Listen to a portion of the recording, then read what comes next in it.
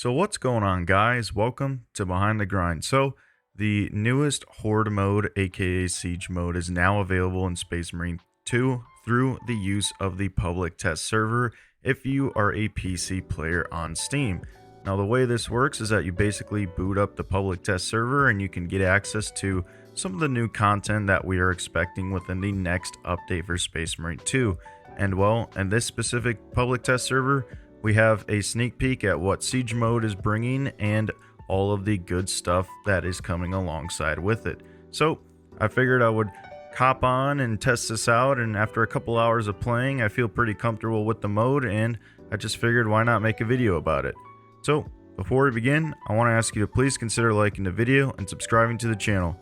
Also, let's take a moment to thank our channel members for supporting the Behind the Grind YouTube channel. Your help means a lot, and if you're interested in being a channel member, check out the information in the description down below. Thank you. With all that out of the way, let's go ahead and talk about Siege mode and some of the newest stuff coming in the newest update for Space Marine 2 coming June 26. So, as you guys can see on screen right now, this is gameplay from Siege mode, which is kind of like your Horde mode, but with a couple of twists and turns here and there. So, basically, the way this works is that you have 5 different tiers, which also have 5 different waves within each of those tiers. Now, each wave gets progressively harder than the next, and the enemy faction also alternates between the different tiers.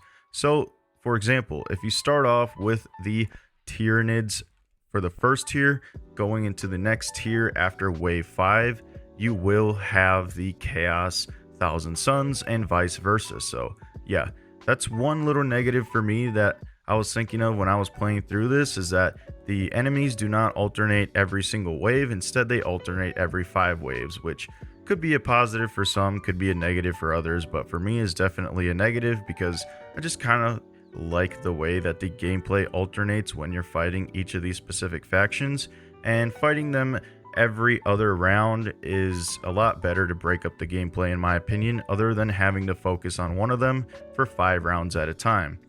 But yeah, so Siege mode, the way it works, right? So as you play through these waves, you will gather requisition points that you can also use at these little requisition kiosks that are scattered around the map. And with that, you can kind of buy some reinforcements and some cool stuff.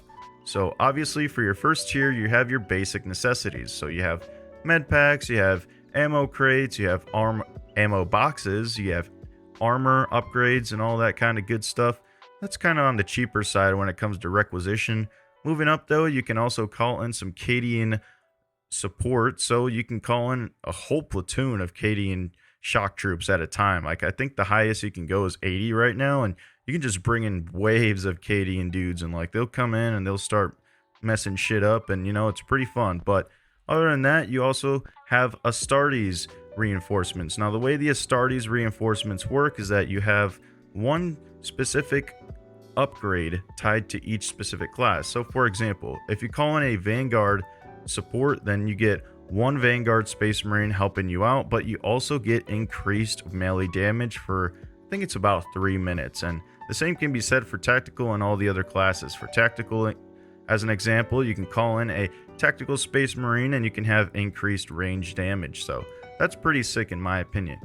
Then all the way on the bottom, you can kind of pool your points together to kind of save up for a Dreadnought. Now, I think that's pretty cool. So like any extra points that you have left over from getting your regular upgrades for each wave, you can kind of add them to the overall pool needed to summon the Dreadnought. Now, I will say, I do not recommend you summon the Dreadnought until come round 5, because that's when you need those guys.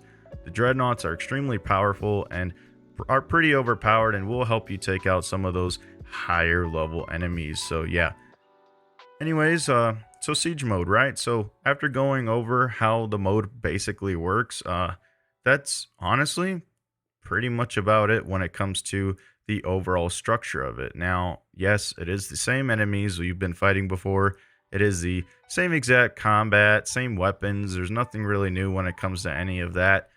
You do have some kind of new cosmetics here and there. Obviously, you have the Blood Angels chapter pack coming soon, and you also have the White Scars champion pack also coming in patch 8. But Siege mode, in my personal opinion, I do like it. Don't get me wrong. This is a pretty fun mode to play, right? And it could be extremely fun with your friends. If you guys just kind of want to sit down and just play some Siege mode going into the night. But I will say a few of us, myself included, did kind of expect like your traditional horde mode, which is just endless waves of enemies, and you kind of have to buy weapons and stuff and buy ammo, and there's not really much of that here. This is kind of more of like a objective based kind of like standard PvE experience. So like with the objectives in mind, you do also have some bonus objectives you can complete throughout the duration of the wave. For example, if you power up a generator with 2 specific battery packs, then you can get some more requisition points. Or if you also do other menial tasks, you know, like it will help you with those requisition points, so that way you can just get your better upgrades earlier. So I do recommend doing those side quests when you get the chance to do that. But other than that, going back to the traditional horde mode, just so you guys are aware, this is not a traditional horde mode, right? So I haven't reached the end yet, but it does seem like it caps off at the end of that 5th tier once you are done with wave 25. Siege mode is a step in the right direction. However, I do feel like this game mode will kill itself eventually in the future. There's nothing really new here that really changes up the gameplay. Obviously, we're playing on Kodaku, which is reusing all those same assets from the Kodaku maps already existing within the game. One point that I did bring up in earlier videos that I thought was kind of a negative is that we're playing on the same Kodaku map, and there's only one map for now, right? So that's one thing I also need to bring up, is that there's only one map to play on. Now, each map that you're playing in specifically for the first tier and the second tier, they're all different, right? Because you ascend through different levels. But other than that, there's nothing really different when it comes to the visual environments that you're fighting in. I would have liked to have seen Tyranids and Chaos not only be alternating every other round, but fighting them in the same round so that way they could fight each other. I don't understand what the intent was behind not including that. I think they didn't want to deal with the bosses within the actual rounds kind of being weakened or being killed by the enemy AI, but I thought it would have been a great addition to have both of the factions in the same specific wave. But yeah.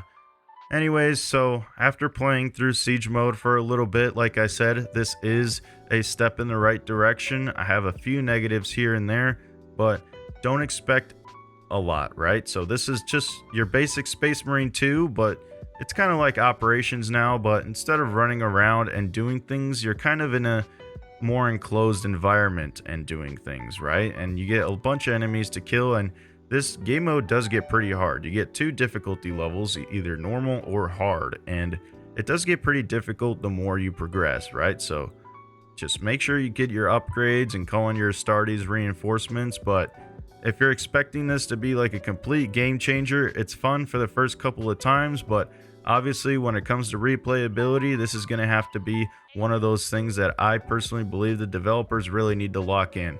There needs to be an incentive for people to come back and play this kind of thing. So like in the same way that you progress in the actual game itself by getting upgrades and calling in dreadnoughts, you need to be able to progress in the actual game outside of that. There needs to be a reason for people to keep coming back to play this game mode.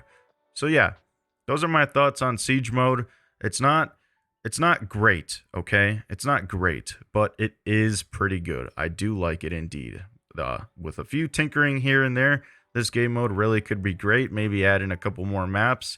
Maybe some new enemies and some new weapons could really change up the flow of gameplay. But I do personally believe that by having each specific faction alternate every 5 rounds is a big negative. So if any developers from Saber Interactive are listening in on this video, first off, I want to say hats off. I know this took about 9 months for you guys to develop, which it must have been pretty tough, don't get me wrong, but I will say that the best thing you can do right now is listen to your community. And I'm not sure if I have the same opinion as the rest of everybody, but if you agree with what I have to say with the enemies alternating every other round, by all means, make that known to the developers so we can kind of get that in the game. I know that the public test server is for, well, the public to test out the game. So yeah, that's my 2 cents.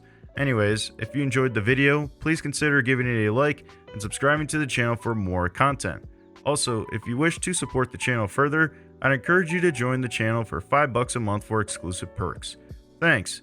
This has been Behind the Grind, playing Siege mode and kind of telling the developers how to do their jobs. And I'll catch you on the next one. Peace.